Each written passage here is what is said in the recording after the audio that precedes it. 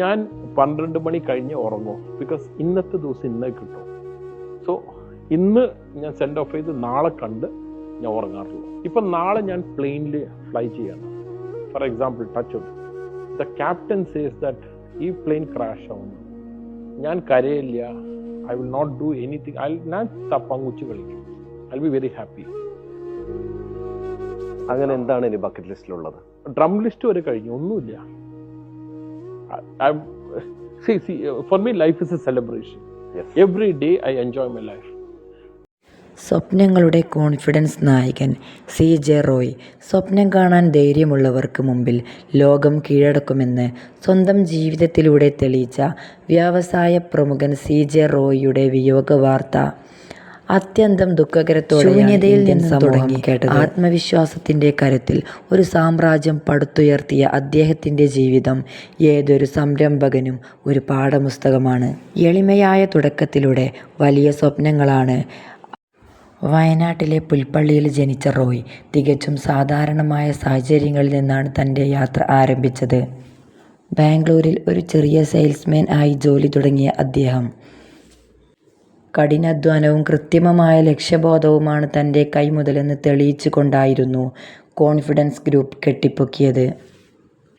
Confidence ഗ്രൂപ്പിൻ്റെ തുടക്കം 2006 അദ്ദേഹം കോൺഫിഡൻസ് ഗ്രൂപ്പ് സ്ഥാപിച്ചത്. പേര് പോലെ തന്നെ വലിയ ആത്മവിശ്വാസത്തോടെയാണ് റിയൽ എസ്റ്റേറ്റ് മേഖലയിലേക്ക് ചുവടുവെച്ച് അദ്ദേഹം ചുരുങ്ങിയ കാലയളവിൽ ബാംഗ്ലൂരിലും കേരളത്തിലുമായി 100 കണക്കിന് പ്രൊജക്റ്റുകൾ പൂർത്തിയാക്കി. ഇന്ന് ദക്ഷിണേന്ത്യയിലെ ഏറ്റവും വിശ്വസനീയമായ ബ്രാൻഡുകളിൽ ഒന്നായി തൻ്റെ കമ്പനിയെ വളർത്താൻ അദ്ദേഹത്തിന് സാധിച്ചു.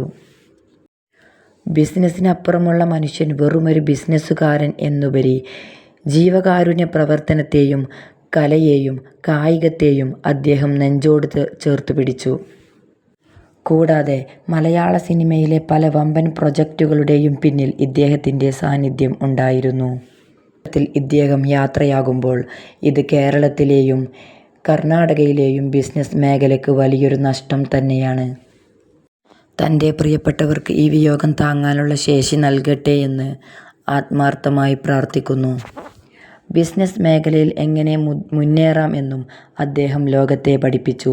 വിജയത്തിൻ്റെ കൊടുമുടിയിൽ നിൽക്കുമ്പോഴും ആദായ നികുതി വകുപ്പിൻ്റെ നിരന്തരമായ പരിശോധനകൾ അദ്ദേഹത്തെ വേട്ടയാടിയിരുന്നു. കുടുംബത്തിന് നേരെയുണ്ടാകുന്ന ഇത്തരം നീക്കങ്ങൾ അദ്ദേഹത്തെ മാനസികമായി തളർത്തിയെന്നാണ് സൂചന. ഒടുവിൽ അദ്ദേഹം സ്വന്തം ഓഫീസിൽ വെച്ച് വെടിയുതിർത്ത് സ്വന്തം ജീവൻ അവസാനിപ്പിക്കുകയായിരുന്നു.